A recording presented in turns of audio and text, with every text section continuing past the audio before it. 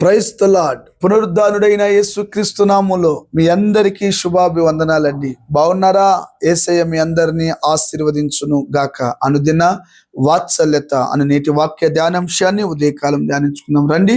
పరిశుద్ధ బైబిల్ గ్రంథములో లోకాసు వర్తమానం 1వ అధ్యాయం 50వ వాక్య భాగాన్ని నేను చదువుతానండి. వీలైతే బైబిల్ తెరిచి వాక్యాన్ని గమనించండి. ఆయనకు భయపడు వారి మీద ఆయన కనికరము తరతరములకుండును. యేసయ్యకి మహిమ కలుగును గాక. దైవజనమా, చదవబడిన ఈ వాక్య భాగంలో ఎంత అద్భుతమైన మాట అండి ఈ మాట. ఆయనకు భయపడు వారికి ఆయన ఎవరు? ఆయనకి. మీ ఆయనకి భయపడుతున్నావు, తరతరాలు ఉంటాడా? కనికరాన్ని చూపుతాడా? నీ అధికారికి భయపడుతున్నావు, తరతరాలు ఉంటాడా? కనికరం నీకేమైనా చూపుతాడా ఉండడానికి? నీవు ఆయనకు అంటే మనుషుల గురించి కాదు ఇక్కడ మాట్లాడుతుంది. ఆ కాలంలో మరియా అనే ఒక కన్యక, ఒక తల్లిగారు, ఒక యవన బిడ్డ ఆ బెత్లెహేము కుగ్రామంలో జన్మించింది. దేవునికి భయభక్తులు కలిగిన ఆ తల్లి, ఆ బిడ్డ, ఆ యవన బిడ్డ తర్వాత తల్లి అయింది. కానీ ఆ యవ్వన కాలంలో ఆ కన్యత్వాన్ని కాపాడుకుంది, ఆ పరిశుద్ధతను కాపాడుకుంది, దేవుడు చూస్తున్నాడనే భయభక్తులు కలిగి బ్రతికింది.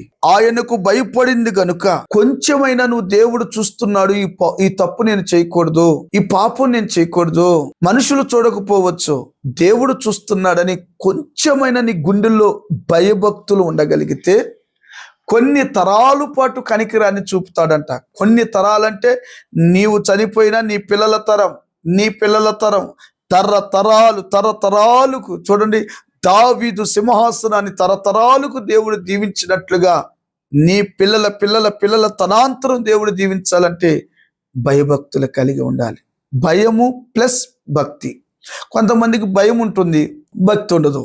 కొంతమందికి భక్తి ఉంటుంది, ఏమవుతుందిలే, భయం ఉండదు. భక్తులు అందరూ చేస్తున్నారండి భక్తి, కానీ వాళ్ళకి భయం ఉంటుందా? ఆ కాసేపే.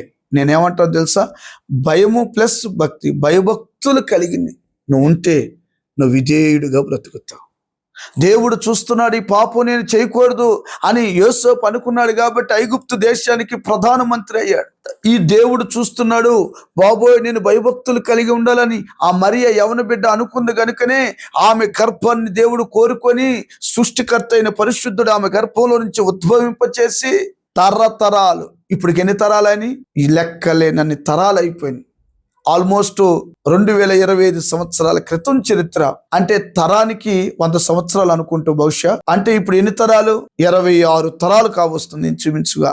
చూడండి, ఇన్ని తరాలైన మరి గురించి చెప్పని వాళ్ళు ఎవరైనా ఉన్నారా? ఈ భూమి ఆకాశము గతించేంత వరకు మరి గురించి ప్రస్తావించిన వాళ్ళు ఎవరు ఉండరు. ఖచ్చితంగా ప్రస్తావిస్తారు. ఎందుకంటే ఆమె దేవుని భయభక్తులు కలిగింది. ఓ యవనస్తుడా, నువ్వు విచ్చలవిడిగా మాట్లాడుతున్నావురా నాయన, భయం ఉందా? భార్యని ఎట్లంటే అటు మాట్లాడుతున్నావు, భర్తను ఎట్లంటే అటు మాట్లాడుతున్నావు, పిల్లల్ని ఎట్లంటే అటు మాట్లాడుతున్నావు, నీ నోటికి అదుపు లేకుండా మాట్లాడుతూ బ్రతుకుతున్నావేమో, భయభక్తులు లేకుండా బ్రతుకుతున్నారేమో. జాగ్రత్త, దండం పెట్టి బ్రతిమలాడుతున్నా.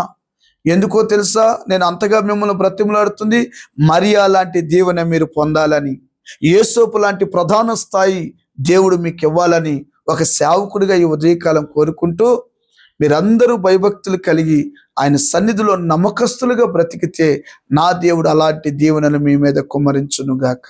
ఆమెన్. తలలు వంచండి. చిన్న ప్రార్థన. ప్రేమ కలిగిన తండ్రి, మహాపరిశుద్ధుడు అయిన దేవా, వందనాలు.